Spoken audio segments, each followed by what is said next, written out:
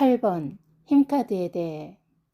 여행을 떠난 바보가 8번째로 만난 사람은 지혜로운 힘의 여자였다. 그녀는 부드럽고 차분했으며 여유있고 배려하는 성격이었다.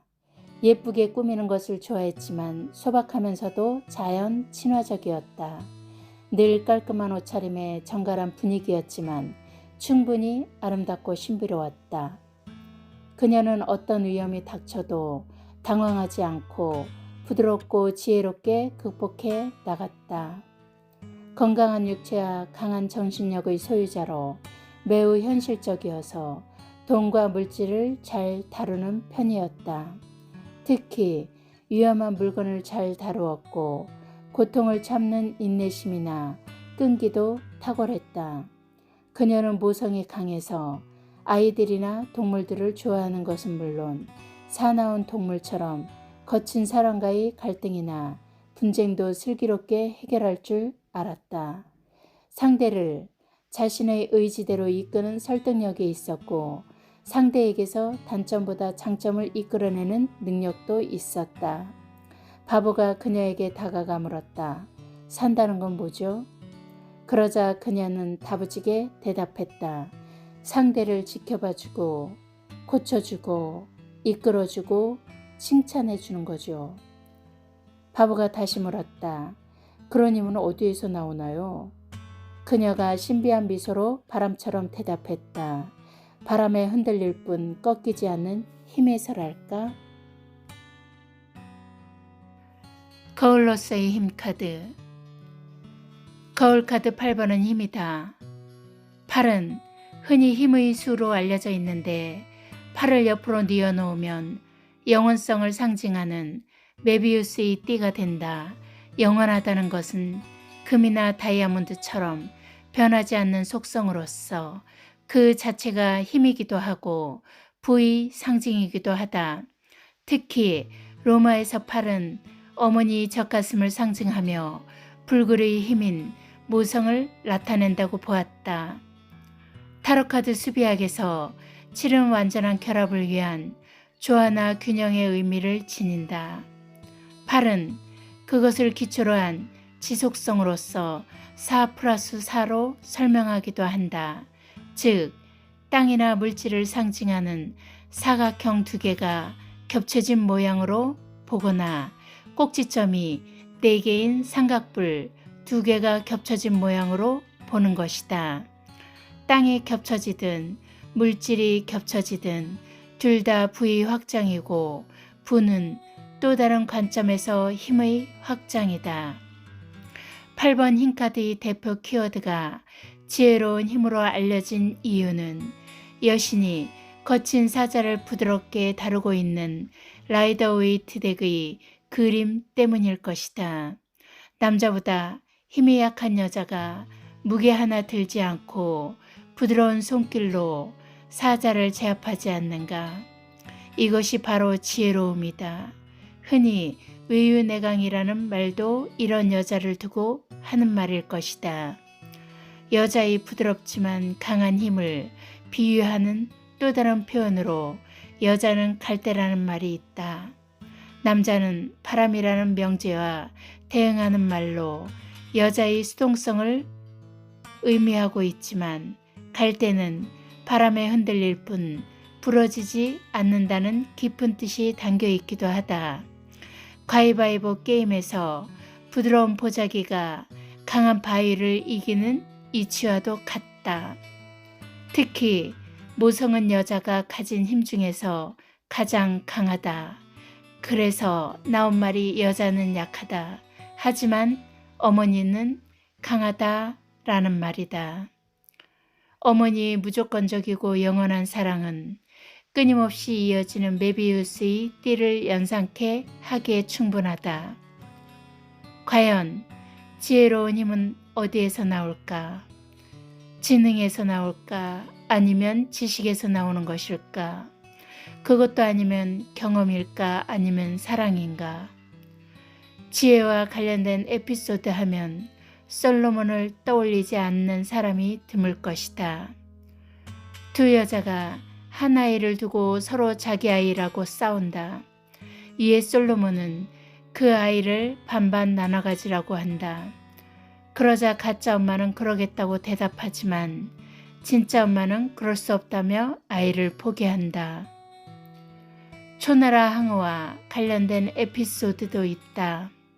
전쟁에서 한나라 유방에게 밀려 불리해지자 항우는 인질로 잡고 있던 유방의 부친을 가마솥에 삶아 죽이겠다고 위협한다.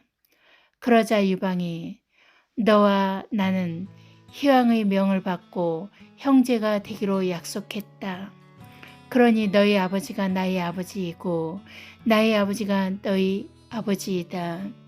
너희 아버지를 삶아 죽이겠다면 그렇게 해라. 다만 내게도 그 국물을 한 그릇 다오 라고 응답하자 항우는 유방의 부친을 살려보낸다.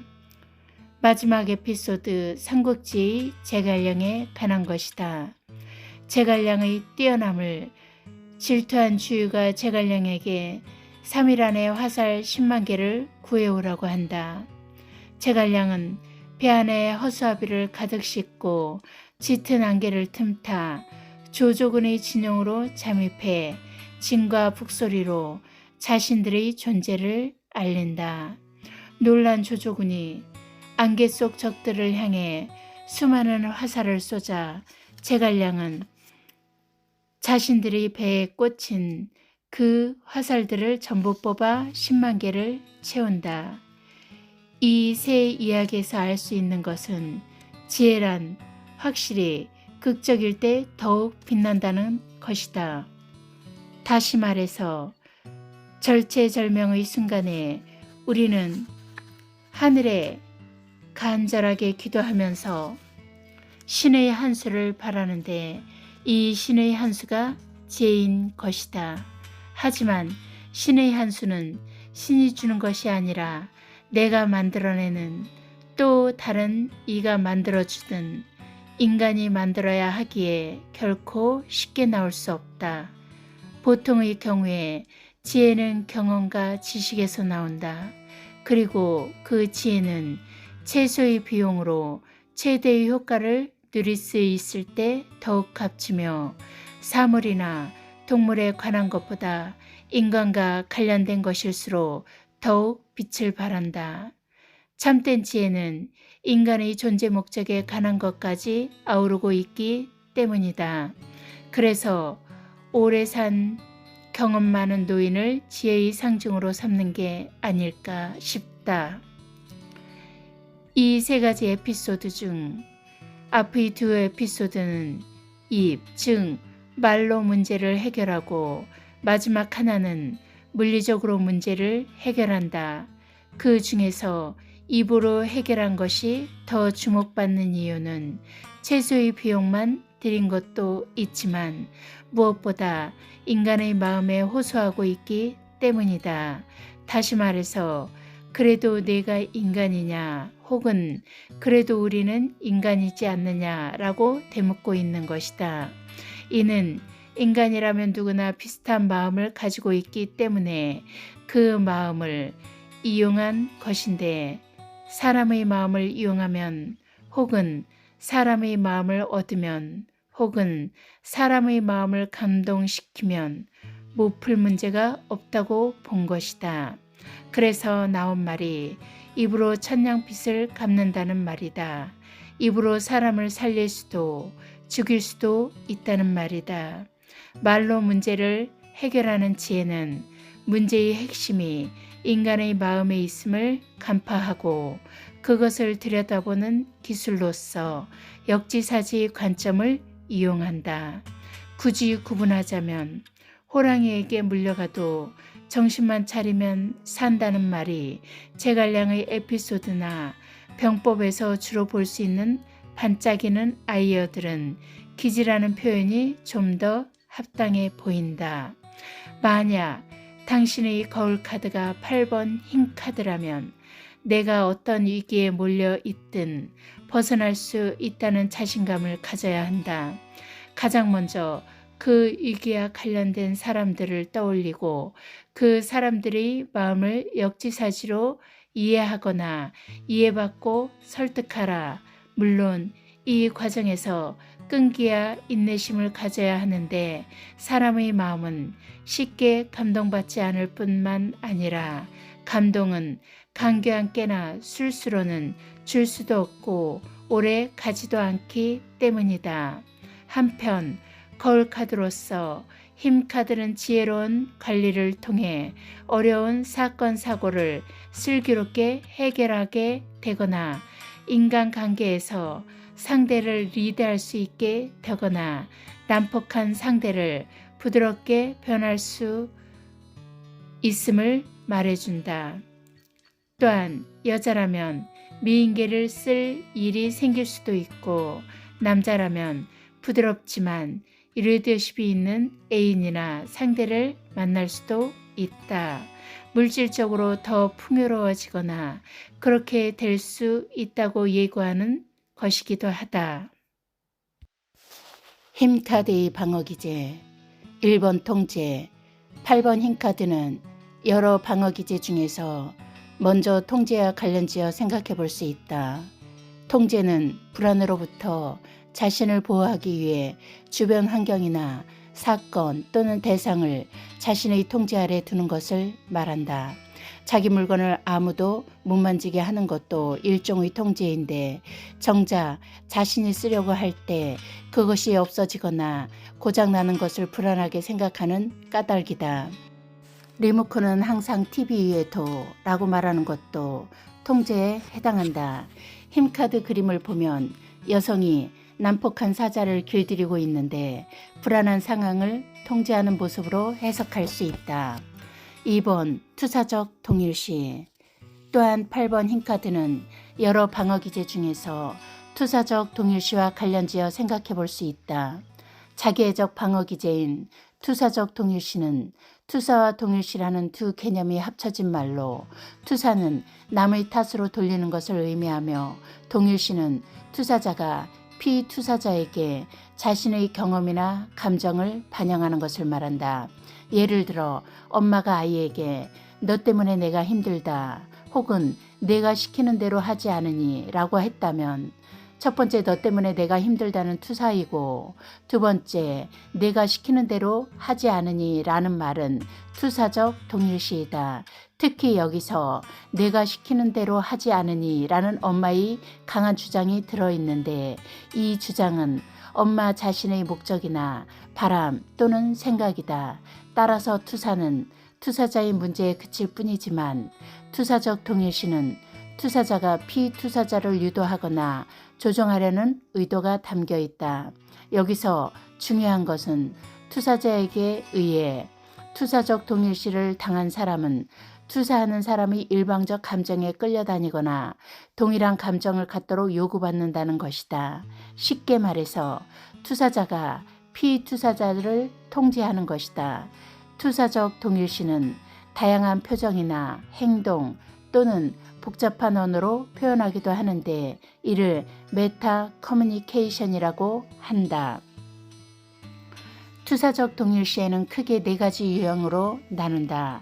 첫 번째 의존성, 즉 투사자가 스스로 아무것도 할 수 없다는 무기력을 피투사자에게 호소하는 것이다.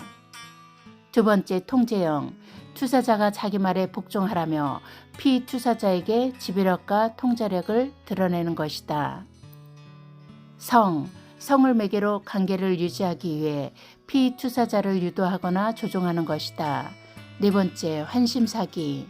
자신의 희생을 알아달라고 피투사자에게 메시지를 던지는 것이다. 의존성은 난 이제 아무것도 할 수 없을 것 같아요. 통제형은 내가 시키는 대로만 해. 성은 제게 관심이 있으신 것 같은데 전 언제든지 콜이에요. 환심사기는 내가 널 위해 얼마나 많은 일들을 하는지 넌 전혀 모른다. 이런 표현인 것이다. 특히 8번 힘카드는 위 4가지 유형 중에서 두 번째 통제형과 관련이 깊은데 여신이 거친 사자를 잘 통제하는 모습처럼 투사자가 피투사자로 하여금 복종적인 역할을 하도록 강요하는 것이다. 일례로 여성 혐오증이 있는 남자들은 대개 어릴 때 어머니의 사랑과 애정이 단절되는 경험을 한 사람들이다. 이들이 성인이 되면 자신에게 애인이나 아내가 떠나갈 것을 두려워하여 그들을 무기력해 만드는 경우가 많다. 그래야 그녀들이 자신에게 의존하기 때문이다.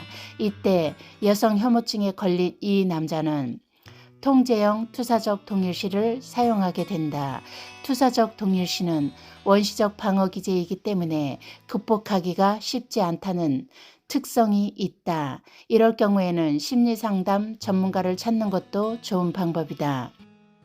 만약 거울카드로 힘카드가 나왔다면 남자든 여자든 상관없이 나는 타인을 너무 통제하려 들지는 않는지, 또는 상대가 무기력해서 내게 의존성을 보여야만 내가 안정적으로 느끼진 않는지 한 번쯤 생각해 봐야 한다. 또한 카드의 그림 속 사자를 나와 동일시한다면 나는 상대에게 너무 의존적이진 않은지, 혹은 상대를 위한 나의 희생에 그 사람이 동일시를 느끼진 않는지 생각해 볼 필요가 있다.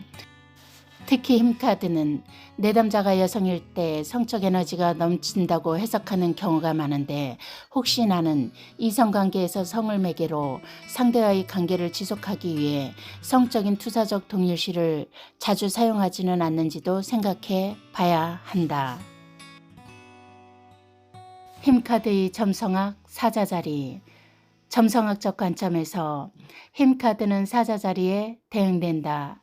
그리스 신화에 따르면 헤라클레스는 자신이 섬기는 에우리스테우스 왕으로부터 자유를 얻기 위해서 그가 명령한 12가지 과업을 수행해야 했다.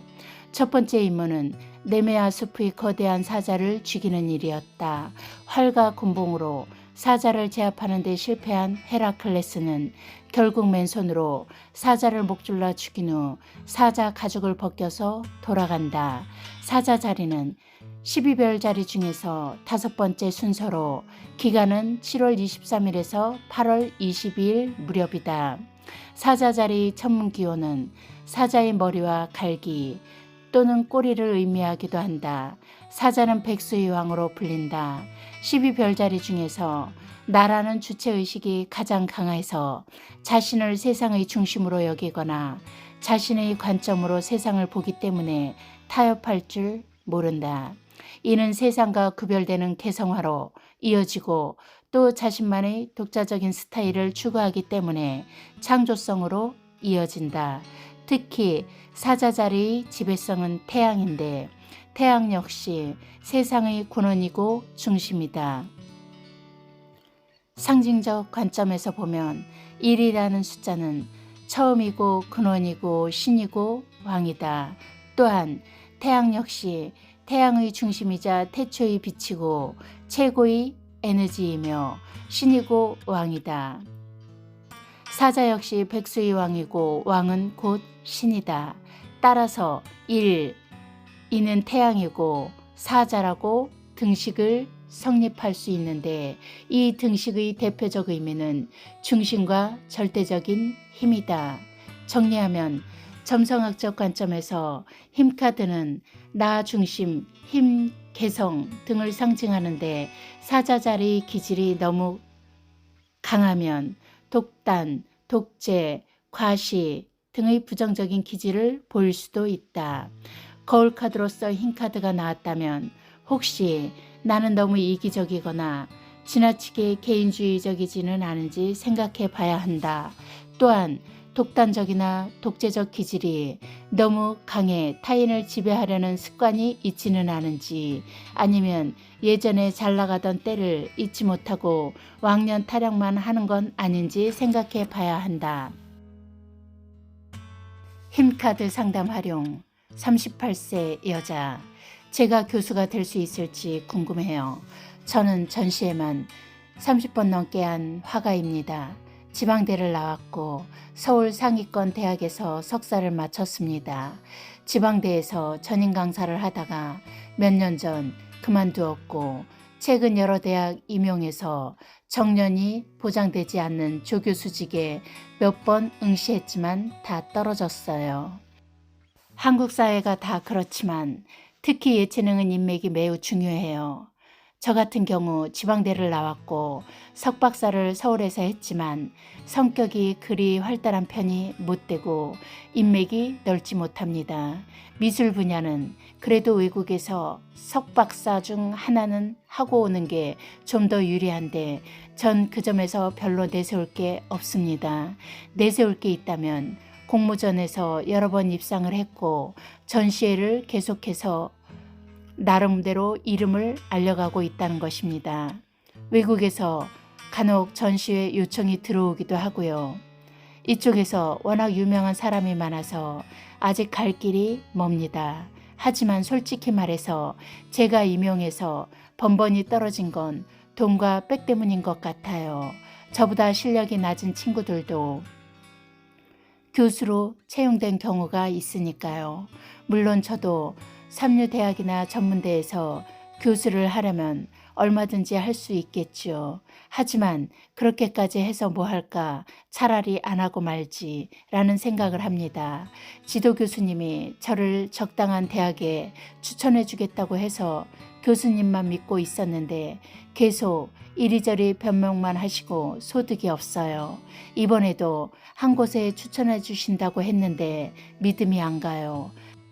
정말 교수님이 저를 적극적으로 밀어주지 않는 것인지, 그렇다면 그 이유가 저를 밀어줄 마음이 없어서인지 아니면 다른 이유 때문인지 궁금해요.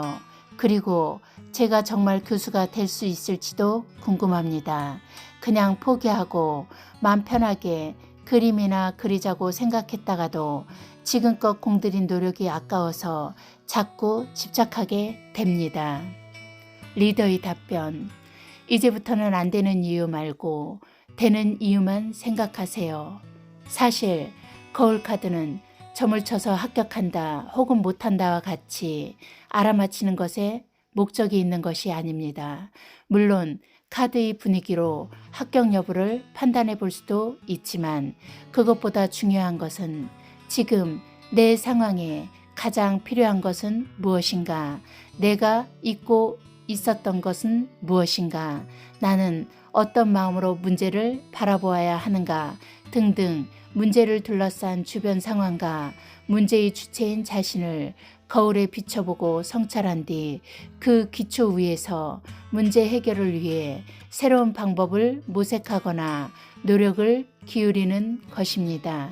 당신의 거울 카드는 8번 흰 카드입니다. 8의 불굴의 힘인 모성을 나타낸다고 볼 때 당신의 집착은 그리 무모해 보이진 않습니다. 모성은 대가를 바라지 않는 사랑이기 때문이죠. 물론 지금까지 공들인 것이 아까워서 자꾸 교수직에 집착하게 된다고 말하긴 했지만 과거의 노력에 대한 현실적 보상이 아쉬워 포기를 못한다고 믿는 것이 잘못이지, 교수가 되든 안 되든 순수하게 교수직을 바라는 것은 문제가 되지 않습니다. 바란다고 다 되는 것도 아니고요. 모성이란 자식에게 대가를 바라고 헌신하는 것은 아니니까요. 사랑이라는 이름으로 순수하게 열정을 쏟아붓는 것 자체가 힘인 것이죠. 또한 8번 흰 카드는 난처한 일이나 문제가 슬기롭게 해결되거나 난폭한 상대가 부드럽게 변할 수도 있음을 의미하기 때문에 어쩌면 지도교수가 이번에 새로 추천해 준다는 대학에 정말 임용이 될지도 모르지요. 아직은 확실히 알 수 없습니다. 중요한 것은 거울 카드로서 8번은 힘 카드이고 그 거울의 의미는 지혜로운 힘이라는 것입니다. 당신에게 포기라는 단어는 어울리지 않는 듯합니다. 설령 교수직을 포기했다 하더라도 현실의 모습은 포기 상태로 비춰지지 않아야 한다고 봅니다. 그렇다면 순수한 화가로 성공해서 교수가 부럽지 않을 만큼 명성을 얻어 좀 늦더라도 교단에 설 수도 있을 것입니다. 또 하나, 당신은 성격이 활발한 편은 못돼 인맥이 그리 넓지 못하다고 말했는데 그것을 단순히 성격 탓으로 돌려버리고 그러니 난 할 수 없어요 라는 식이면 곤란합니다. 당신 스스로 예체능은 인맥이 매우 중요하다고 말한 것처럼 그 중요성을 잘 알고 있다면 그것을 가볍게 생각해서는 안 될 것입니다. 비록 성격은 활발하지 못해도 인맥 관리는 잘했다는 말을 듣는다면 그건 정말 지혜롭다는 칭찬과 마찬가지입니다. 물론 쉬운 일은 아니지만 거울은 엄연히 나의 단점을 그렇게 비추고 있음을 기억하세요. 또한 당신은 교수가 적극적으로 밀어주지 않는 것인지, 그렇다면 당신을 밀어줄 마음이 없어서인지 아니면 다른 이유 때문인지 궁금하다고 했는데, 교수가 되기 위해 지도교수의 추천을 받는 건 매우 중요한 일입니다. 교수가 추천을 했는데도 떨어진 이유가 교수 때문은 아니라는 확신이 필요합니다. 그러기 위해선 교수와의 소통에 더욱 심혈을 기울여야 할 것입니다. 더군다나 이번에 새로운 대학에 추천해 주겠다고 했으니 말입니다. 물론 교수의 속마음을 전부 알 순 없다 해도 추천을 하려고 애쓰니 믿어야지 어떻게 하겠습니까? 8번 힘 카드는 조심해야 될 부분도 있는데 사자는 위험한 동물이기 때문입니다. 사자를 다루는 데 실패한다면 사자는 언제든 난폭한 맹수로 돌변할 수도 있다는 것입니다. 현재 사자는 지도교수를 떠올리게 하니 자칫 교수의 기분을 상하게 하는 일은 없어야 할 것입니다. 방어기제 측면에서 교수에게 내가 당신을 위해서 얼마나 많은 일들을 하는지 전혀 모릅니다. 라는 식의 환심사기 전략을 시도해보는 것도 괜찮아 보입니다. 상담에 적용한 힘카드의 조언. 거울로서의 힘카드. 지혜로운 관리를 통해 어려운 사건 사고를 슬기롭게 해결하게 되거나 인간관계에서 상대를 리드할 수 있거나 난폭한 상대를 부드럽게 변화시킬 수도 있다. 힘카드의 방어기제와 통제, 투사적 동일시의 경우는 그 사람은 그를 위한 나의 희생의 동일시를 느끼진 않는지 생각해 볼 필요가 있다. 힘카드의 점성학 사자자리. 나는 독단적 또는 독재적 기질이 너무 강해 타인을 지배하려는 습관이 있지는 않은지 생각해 볼 필요가 있다. 8번 힘카드 마무리. 다음은 9번 은둔자가 되겠다.